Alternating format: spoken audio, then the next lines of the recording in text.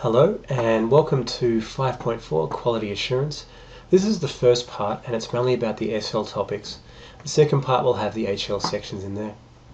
This is coming from the bigger topic, topic 5, Operations Management, and feel free to read the sections to get a better idea. There's some good readings down in the description bar if you want to download those and have a look. Alright, I've got together some quick study notes for you if you want to read these before we get into it. The big idea is that we're going to move from traditional quality control methods into a TQM. In exam questions for these ones, they often will give you sort of a traditional style business and they'll say they were focused on traditional quality control methods and why they should move into a TQM approach. And if you know the main reasons for doing it, you should be able to get those 6 marks because it's an analyzed question. Have a read through the notes and we'll get on to the next stage. The main thing for you for the learning outcomes is analysing the move from traditional quality control into TQM. So you're going to have to define probably TQM or traditional quality control, give a case reference from what you see, give one advantage, one disadvantage, and then the recommendations to get the 2 marks to finish off. It's 100% head knowledge, so 100% declarative today. There's no procedural any skills I'm going to show you, and we're going to have a look at a classifying tasks just to make it all come together. Alright, with quality assurance is the idea of testing your processes, so your job, batch, mass or flow, to find out how the whole process is going to make sure that your final product at the end is being created or produced correctly. This is often, in traditional sense, wasn't looked as the main driver. It was seen as important, but it wasn't seen as the key thing to make it really function. The key thing to make it function was this idea of quality control. So after it had gone through job, batch, mass and flow, at the end they would test that product to see if it actually was up to standards. And they'd give it, like you might have seen little stickers on some of the clothes or your phones and that kind of thing. Someone would put a sticker on it and say this was quality tested from some of the batches that was going out. In some of the how they make videos, you might have noticed they'll make the giant batch and at the end they'll take out a couple of samples and scientifically test them to see if they're up to a high standard. And they know that that batch is safe for it to go out. Both of these were seen as the traditional way of doing it. On here, there's a key emphasis on what product is going out, not what the customer wants in the business. That's the key difference, and I'll talk about that in a bit more later on. For businesses that wanted to move from this traditional way, they had to start focusing on a TQC, or a total quality culture. And that that quality was the #1 thing, not just in the factory that was making things, and not just the testers that were doing it, but on all the 4 functional departments. So HR, marketing, finance, and production were responsible for quality, not just the factory by itself. To do these kind of things and to make sure it was managed to bring it all together, the idea is that within each of the 4 functional departments you'd have quality assurance and control people. And their idea was they would test all the areas to make sure everything was focused on quality.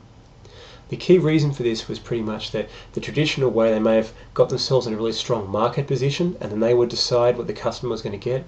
And as people realized they could copy those products or internationally, particularly in Japan, copying some of the American standards of doing things, Japanese quality went up and the Americans suddenly went, what are they doing? How are they making this better? It's because they focused on quality and what the customer wanted rather than just making it and pumping it out. That was the traditional way of looking at it, and as things changed, particularly with Japanese management, there was a real shift towards this new styles of TQM. I'll show you with a bit of a diagram how it sort of comes together.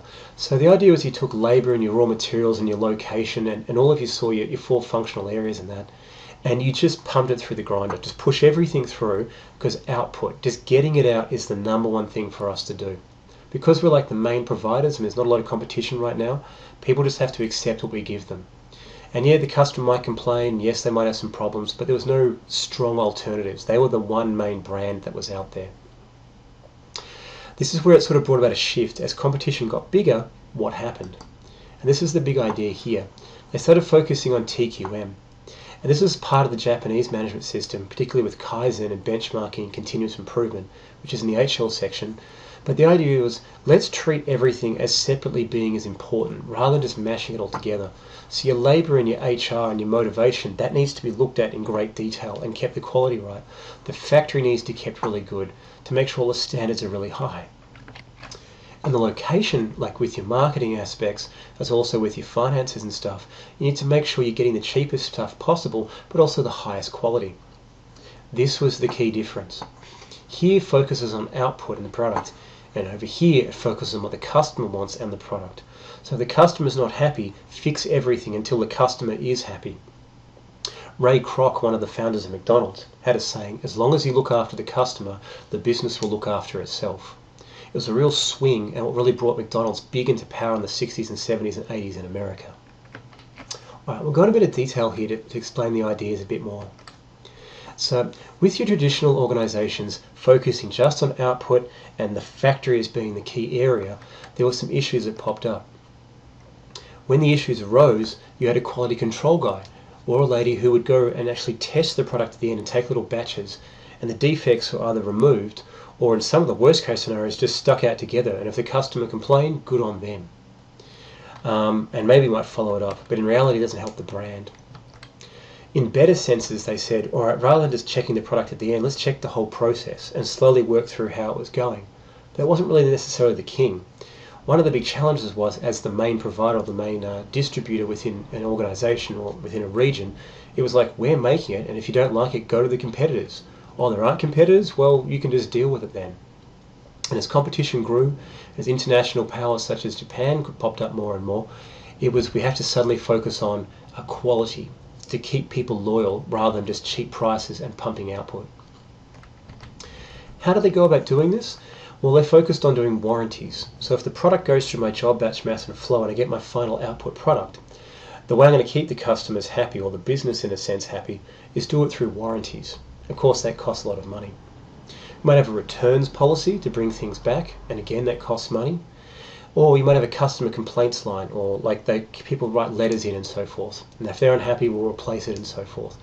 The idea is just get it out, pump it out, get the product out, and if there's an issue, we'll just replace it, rather than fixing the internals to make it all better.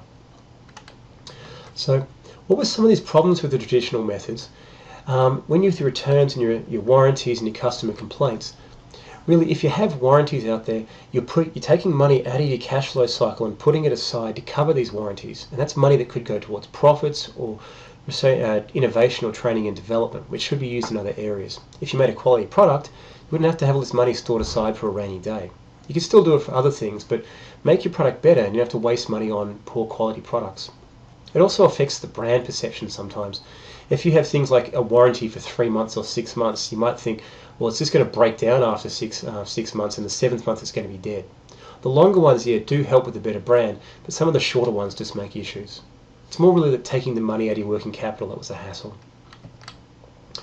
With your returns policy, your final supplier, so once it gets out of the factory and you quality control it, your suppliers at the end, they start to get frustrated. We're getting all these returns coming in and it's a real hassle.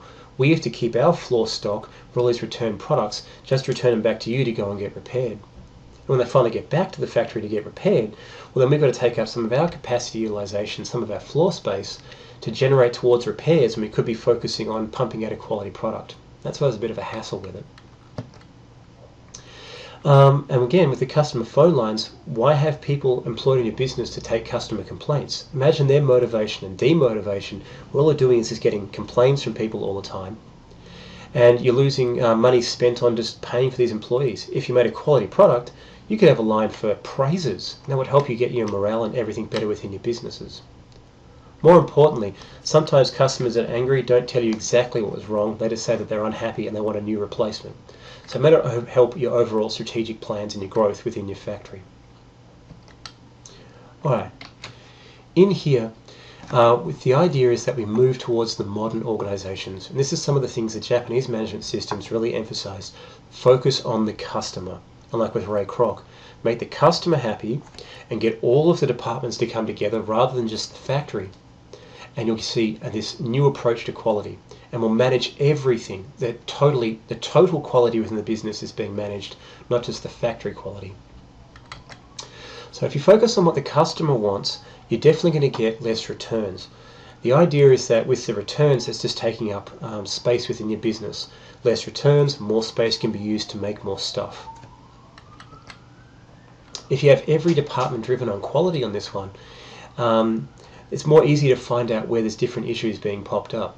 So rather than just being the factory's problem and HR, finance and marketing can sit back a little bit, if they're all involved, you can go, hold on, this might be a marketing issue. They're not pushing quality, or they're not keeping their marketing to a high enough standard. The finance people, there might be some money disappearing. Do we have quality checks in place? And get them to check the processes too. So if everyone's accountable to this idea of quality being number one and the customer being number one, it makes the business more focused.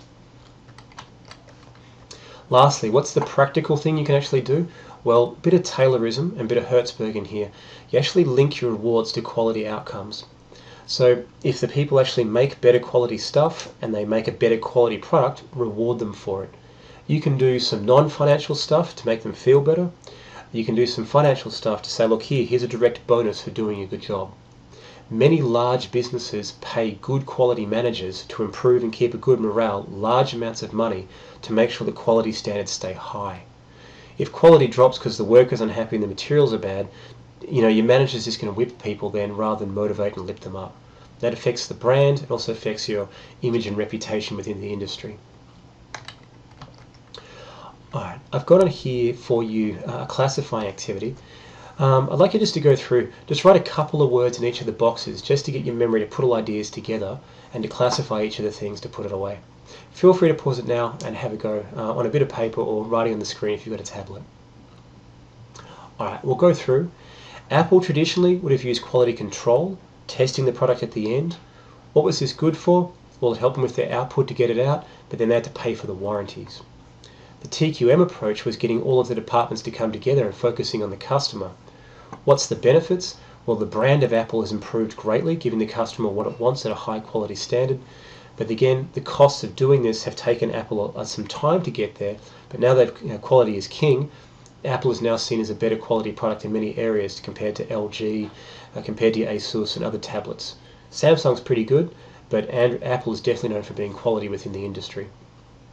Made their brand good. Camry, again, they offered warranties with their cars.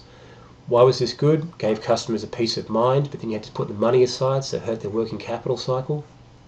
The TQM, getting all the departments to come together, started getting this idea of maybe potentially cell production, so we changed it up. What are some of the benefits? Increased motivation and morale, but again, the costs of doing it was the implementation to get it going, and also maybe the Camry models have sort of stayed the same over the years and other models may have moved on. Subway sandwiches, yeah, you had complaint lines, you had loyalty cards, you had all these different sort of things, and you just replaced the sandwich if there was an issue. This meant they could pump out middle a large amount of customer numbers, like during lunch and dinner. What's some of the costs though? People eventually get frustrated with the quality and they go to McDonald's or Burger King or something else. By getting all of the departments to focus on it, and particularly pushing the message of freshness out with marketing, and paying your employees better wages, particularly when they're making no errors anymore, this brought about a real good TQM approach, focusing what the customer wants, a freshness angle, rather than just sandwiches as they push through. What are the benefits? Increased brand. People now love Subway sandwiches for their freshness. I'm a meatball fan. What's some of the costs? Again, time of implementation and training the workers to get there. But as you can see, the overall long-term benefits of doing it outweigh the traditional ways of doing it. Alright, got an exam style question here for you. This is about Eagle Boys, and they started up on the Gold Coast in Australia. And they had a different sort of way of making the products get out there and keeping their output high. But they did have a bit of a stinger at the end, and you'll read that as you go through. It's a 4-mark question, a 6-mark question. So note on this one, you're going to have 1 strength and 1 weakness. Feel free to pause the video now and we'll go through it in a second. Alright, if I was going to distinguish between these two, I want to define probably both concepts and give my case references. So my traditional quality control focuses on the product and tends to be largely focused on the factory. And this can be seen on the pizza maker having the main quality standards being through it.